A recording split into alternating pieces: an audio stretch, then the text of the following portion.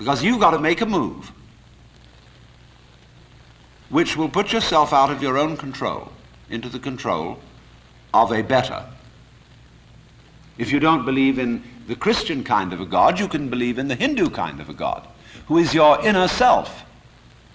You see, you've got a lower self, which you can call your ego. That's that little scoundrelous fellow that's always out for me. But behind the ego, there is the Atman, the inner self, the inward light, as Quakers would call it, the real self, the spirit, which is substantially identical with God. So you've got to meditate in such a way that you identify with your higher self. Now, how do you do that? Well, you start by watching all your thoughts very carefully, watching your feelings, watching your emotions, so that you begin to build up a sense of separation between the watcher and what is watched, so that you are, as it were, no longer carried away by your own stream of consciousness. You remain the witness, impassively, impartially, suspending judgment and watching it all go on.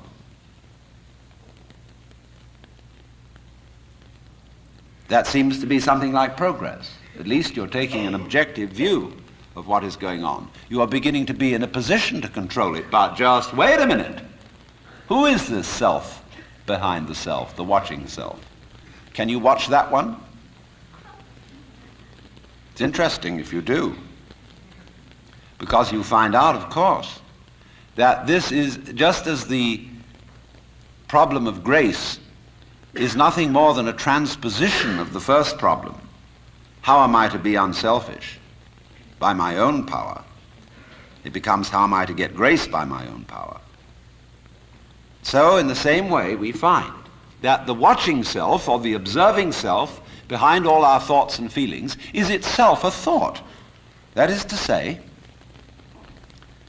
when the police enter a house in which there are thieves, the thieves go up from the ground floor to the first floor. When the police arrive on the first floor, the thieves have gone up to the second, and so to the third, and finally out to the roof. And so when the ego is about to be unmasked, it immediately identifies with the higher self. It goes up a level. Because the religious game is simply a refined and highbrow version of the ordinary game. How can I outwit me? How can I one-up me? So, if I find, for example, that in the quest for pleasure, the ordinary pleasures of the world, food, sex, power, possessions, all this becomes a drag, and I think, no, it isn't there. So I go in for the arts, and literature, poetry, music. And I absorb myself in those pleasures. And after a while, they aren't the answer. So I go to psychoanalysis, you see. And then I found out that's not the answer. I go to religion. But I'm still seeking what I was seeking when I wanted candy bars. I want to get that goodie. Only I see now that, of course, it's not going to be a material goodie. All material goodies fall apart. But maybe there's a spiritual goodie that's not going to fall apart. But in that quest, the quest is not different from the quest for the candy bar. Same old story, only you've refined the candy bar and made it abstract and holy and blessed and so on. So it is with the higher self. The higher self's your old ego. And you sure hope it is eternal, indestructible and all-wise. But then the great problem is how to get that higher self working. How does it make any difference to what you do and what you think? I know all kinds of people who've got this higher self going, practicing their yoga, but they're just like ordinary people. sometimes a little worse. And they can fool themselves. They can say, for example, well, my point of view in religion is very liberal. I believe that all religions have divine revelation in them, but I don't understand the way you people fight about it. You fight and say that we Jehovah's Witnesses have the real religion. Others say, well, we Roman Catholics have it. And the Muslims say, no, it is in the Quran, and this is the right way. And somebody else gets up, and he may be a rather highbrow Catholic, and say, well, God has given the Spirit through all the traditions, but ours is the most refined and mature. And then somebody comes along and says, well, as I said, they're all equally revelations of the divine. And in seeing this, of course, I'm much more tolerant than you are.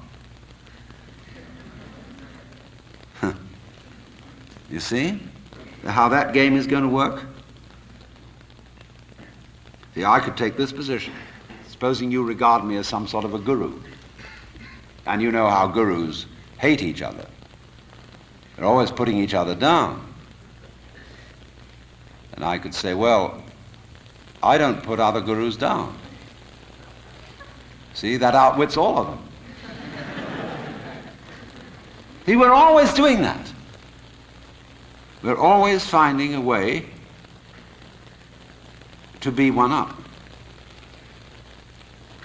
And by the most incredibly subtle means. So you see that, you see? And you say, I realize I'm always doing that. Now tell me, how do I not do that? I say, why do you want to know?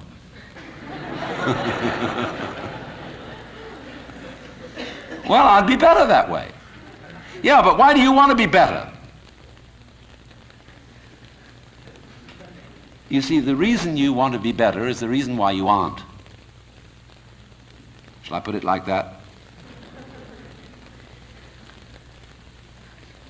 We aren't better because we want to be. Because the road to hell is paved with good intentions. Because all the do-gooders in the world, whether they're doing good for others or doing it for themselves, are troublemakers. On the basis of kindly let me help you or you'll drown, said the monkey, putting the fish safely up a tree.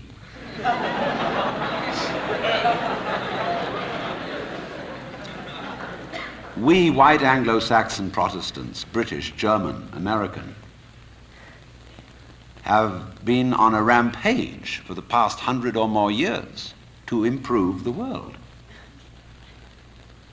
We have given the benefits of our culture, our religion, our technology to everybody, except perhaps the Australian Aborigines.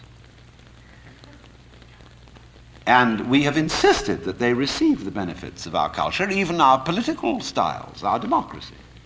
You had better be democratic, or we'll shoot you. And having conferred these blessings all over the place, we wonder why everybody hates us.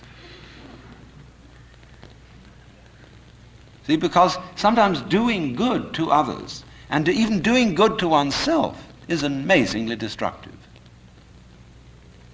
Because it's full of conceit. How do you know what's good for other people? How do you know what's good for you? If you say you want to improve, then you ought to know what's good for you. But obviously you don't. Because if you did, you would be improved. So we don't know. It's like the problem of geneticists, which they face today. I went to a meeting of geneticists not so long ago where they gathered in a group of philosophers and theologians and said, now look here, we need help. We now are on the verge of figuring out how to breed any kind of human character we would want to have. We can give you saints, philosophers, scientists, great politicians, anything you want. Just tell us, what kind of human beings ought we to breed? So I said, how will those of us who are genetically unregenerate make up our minds what genetically generate people might be? Because I'm afraid very much that our selection of virtues may not work. It may be like, for example, this new kind of high-yield grain which is made and which is becoming ecologically destructive. When we interfere with the processes of nature and breed efficient plants and efficient animals, there's always some way in which we have to pay for it. And I can well see that eugenically produced human beings might be dreadful. We could have a plague of virtuous people. Do you realize that? Any animal considered in itself is virtuous. It does its thing, but in crowds they're awful. Like a crowd of ants or locusts on the rampage. They're all perfectly good animals, but there's just too much. I could imagine a perfectly pestiferous mass of 1,000,000 saints. So I said to these people, look, there's the only thing you can do. Just be sure that a vast variety of human beings is maintained. Don't please breed us down to a few excellent types. Excellent for what? We never know how circumstances are going to change and how our need for different kinds of people changes. At one time, we may need very individualistic and aggressive people. At another time, we may need very cooperative, team-working people. At another time, we may need people who are full of interest in dexterous manipulation of the external world. At another time, we may need people who explore into their own psychology and are introspective. There is no knowing, but the more varieties and the more skills we have, obviously, the better.